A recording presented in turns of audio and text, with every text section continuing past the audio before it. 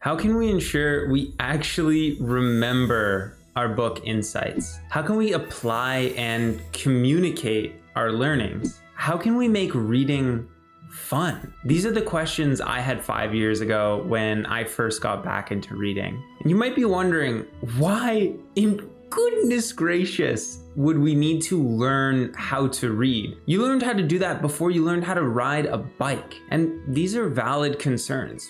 I had them as well when I got back into reading 5 years ago. But I realized that how school teaches us to read isn't how we read for maximum insight. To understand why, let me entertain you for 1 minute and 37 seconds as we delve into another sphere of life: cooking.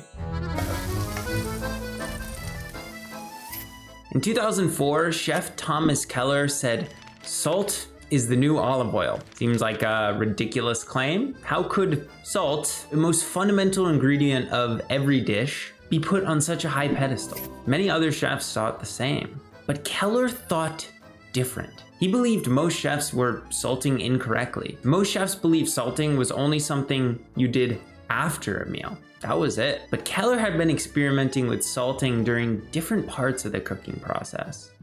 Do you believe in salting in the early stages of cooking, or let's say salting before you cook, as opposed to salting toward the end of cooking? I like to do both. If we talk about a steak, for example, I love to salt before. And then, of course, at the end, before we serve it or before we eat it, we're going to add a little finishing salt, because I love what that does with protein. The enhancement of the flavor, of course, but also the texture of the salt I find very intriguing. And something magical happened. The timing of when you added salt led to completely different creations. Keller's mastery of such a basic skill elevated his career, contributing to his success and making him a Michelin-starred chef and his restaurant's world-renowned culinary destinations. In many ways, reading is like salting, a basic skill fundamental to another avenue of life, becoming a wiser and more knowledgeable individual. As Thomas Keller did with salting, I've explored a variety of ways we can read differently, a way to fully savor a book and enhance the flavors coming into your mouth. That being said, let's explore how I read books for maximum insight. And for a background on a large part of the inspiration behind the system that I'm about to show you, I recommend you read Mortimer J. Adler's How to Read a Book. Absolutely fantastic. You'll get a ton of insight alongside this and that book. You've got your book, chunked out some time to read, got your complimentary peanut butter snack if that's your thing. The first thing I do is inspectionally read a book, which is essentially speed dating. Just enough time to see if you want a second outing, but not enough time for dinner. The main goal of this step is to learn if the book is worth reading in the first place, and prime me for the book's arguments if I do read it. Think of it like warming up at the gym. It prepares your muscles for the onslaught you're about to put on them, especially if you're doing leg day. Inspectional reading can also be used to inspect the text or for specific questions or passages of information, saving you time consuming the whole thing. I was skeptical about the importance of inspectional reading until it saved me tens of hours of my life. I was taking a class called Better Decisions at Cornell when I got a 500-page reading assignment for 2 weeks. The professor wanted me to read his whole book. I was like, no, I'm not doing that. So instead, I went online and I found out that he actually posted test questions on what he was going to ask us regarding the book. And using those questions, I inspectionally read the 500 pages, searching only for the answers to those questions. This turned a 500-page reading assignment into a 50-page one, and hours of time, which I, of course, used to play Baldur's Gate 3. So, how do you inspectionally read? To start, I X-ray the book in this order. I examine the preface, or as I like to think of it, the author's excuse for why they spent 2 years writing this book instead of being outside. Then I study the table of contents. to understand the structure of the book as a whole. Next, I go through the index and just look at some important terms to try and get a feel for what things are going to be brought up as I read this book. I read the publisher's blurb. I inspect some pivotal chapters in the book by skimming through, stopping when I feel that there's a really important segment, and then continuing on. And then I thumb through the book and whatever degree I think is still necessary, looking at pivotal paragraphs or sections, whatever. After this process, you should be able to answer 3 questions. What is this book about as a whole? What are the major parts of this book, and how do they combine to form the whole? And what are the major problems the author is trying to solve? And that's all inspectional reading is. Double points if you do it while holding a magnifying glass, but you do not have to. You've just learned how to save yourself hours of time and prime yourself for the next stage of reading, which is analytical reading.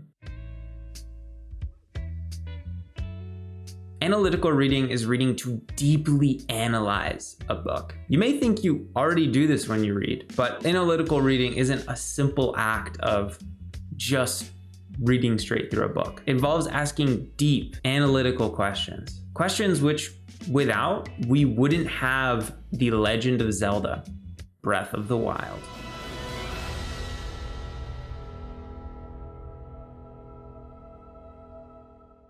Fujibayashi, the game's director, sought to reinvent the iconic series by moving away from its traditional linear gameplay. In his quest for innovation, he drew upon one of the best storytelling books ever, The Hero's Journey by Joseph Campbell. But he didn't just read it by skimming through. He analytically read it deeply, asking questions that further sprouted insights and trying to figure out how he could connect it to the video game that he wanted to create. The result was Breath of the Wild, a game that is literally breathtaking. The game's critical and commercial success is a testament to the power of Fujibayashi analytically reading the hero's journey and applying it to the open world format. Now, I'm not saying you're going to create the next incredible game if you analytically read a book, but you'll get a ton more insight than you usually would just reading a book straight up. So how can we do analytical reading ourselves? There are 4 essential questions to doing analytical reading. The first is, what is the book about as a whole? Second, what is being said in detail and how? Third, is it true in whole or in part? And fourth, what of it? Notice how the first step of analytical reading, what is the book about as a whole, is literally just inspectional reading. We've already done the first step by learning the first stage of reading. Congratulations.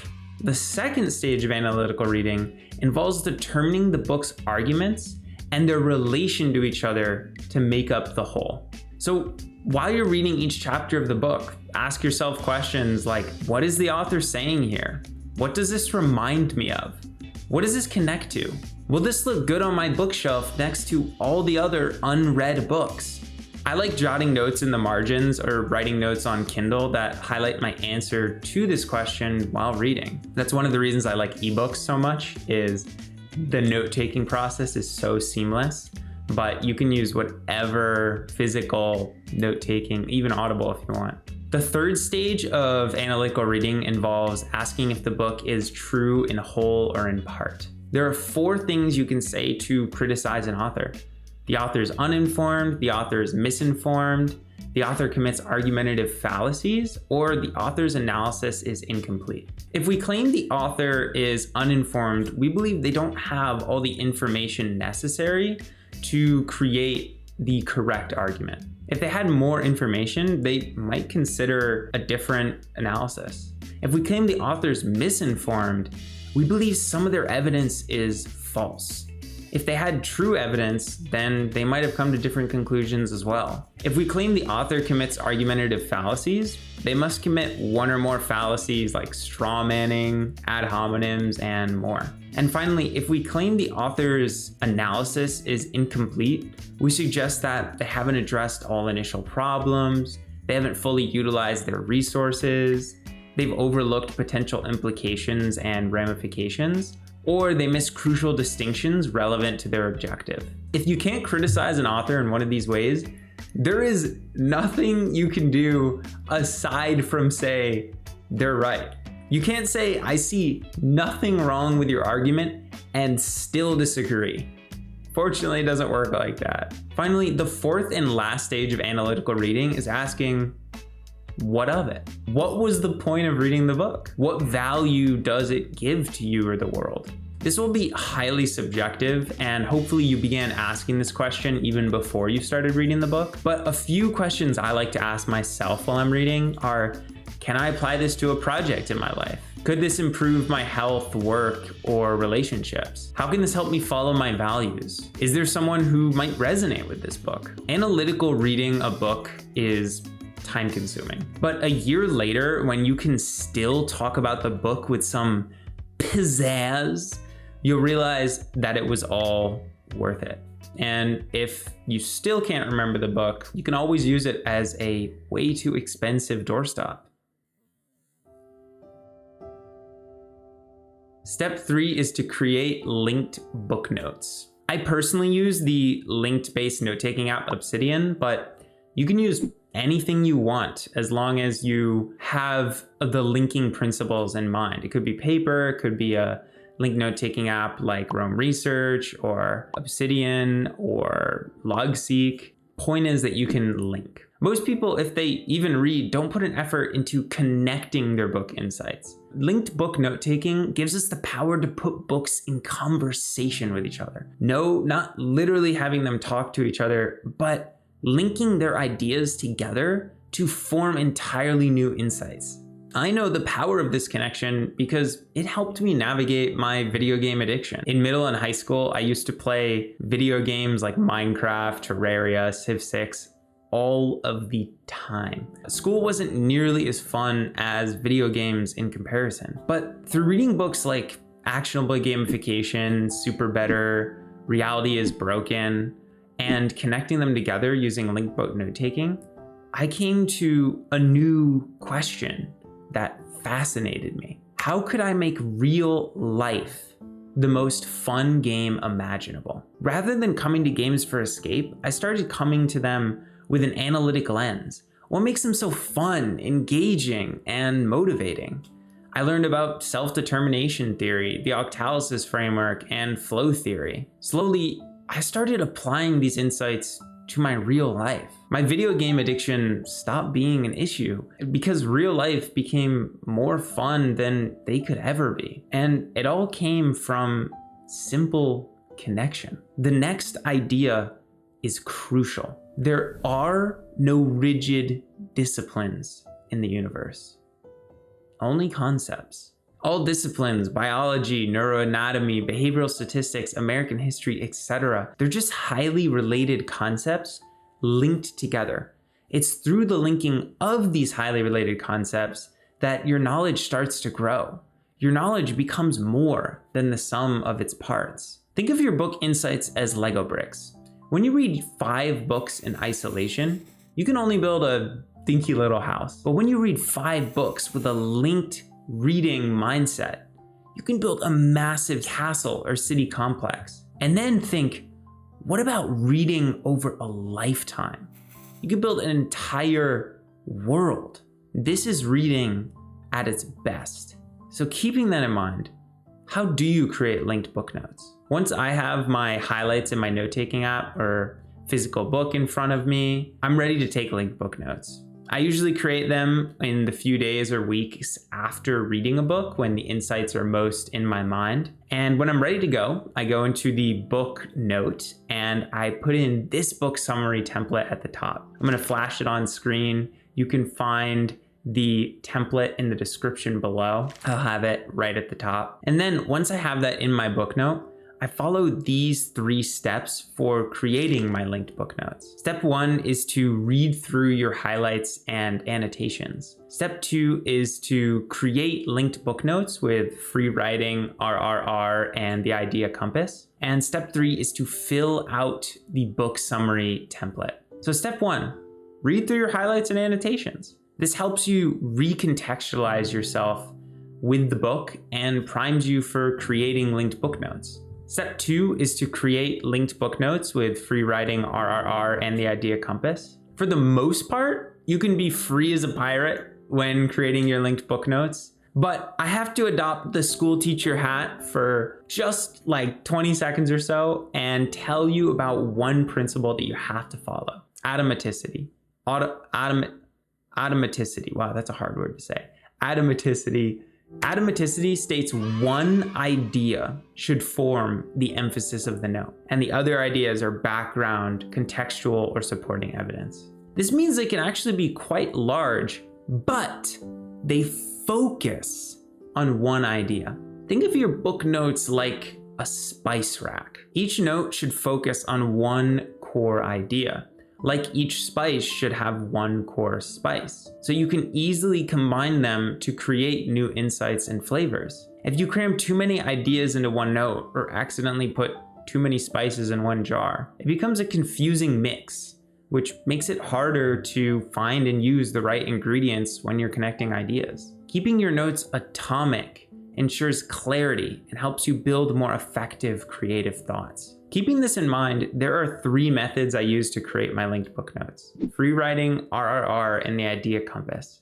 These are simply the techniques that I use, but you can use any method you like, as long as you follow the principle of automaticity. That's the beauty of reading. There is no one-size-fits-all solution.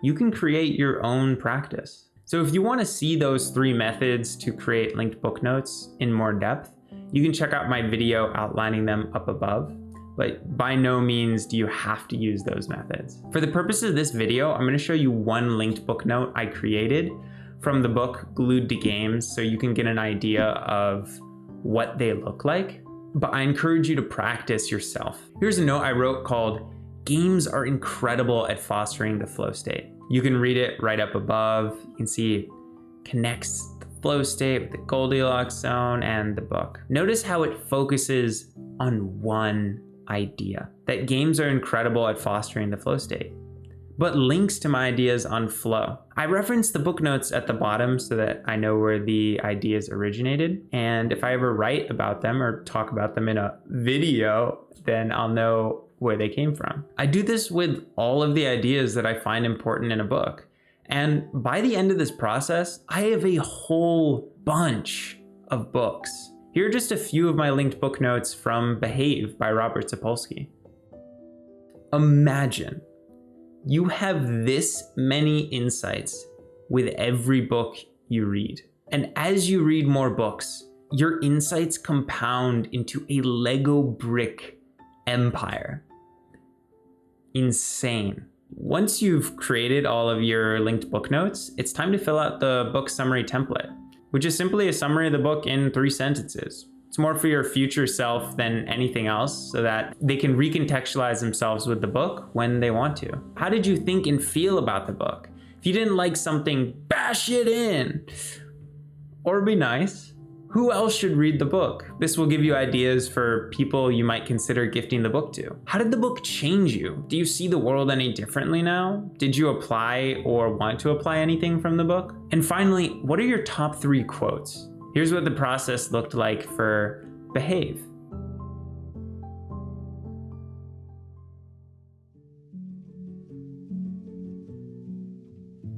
I know what you're thinking. This looks like it takes more time than doing my taxes. You're right. Doing all of this with every book you read takes a lot of time. You'll most certainly spend 2 or 3 times as long on a single book as you usually would. But let me return by asking you a question. Why are you reading in the first place? Is it to maximize the number of books you can say you read throughout the year? Are you trying to reach some sort of book milestone? This is what my friend Odysseus calls hustle learning. What if we ascribe to anti-hustle learning? This process will mean you read fewer books, but the books you do read, you will read. And isn't that the true point of reading? To have fun, to come out with new insights, and to change your life?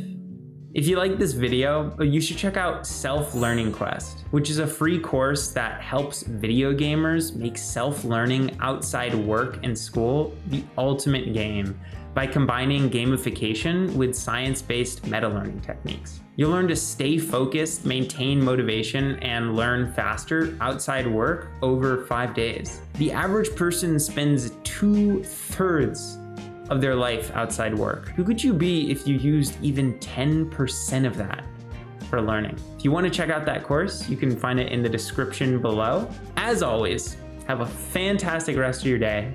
Eat some peanut butter. Bye-bye.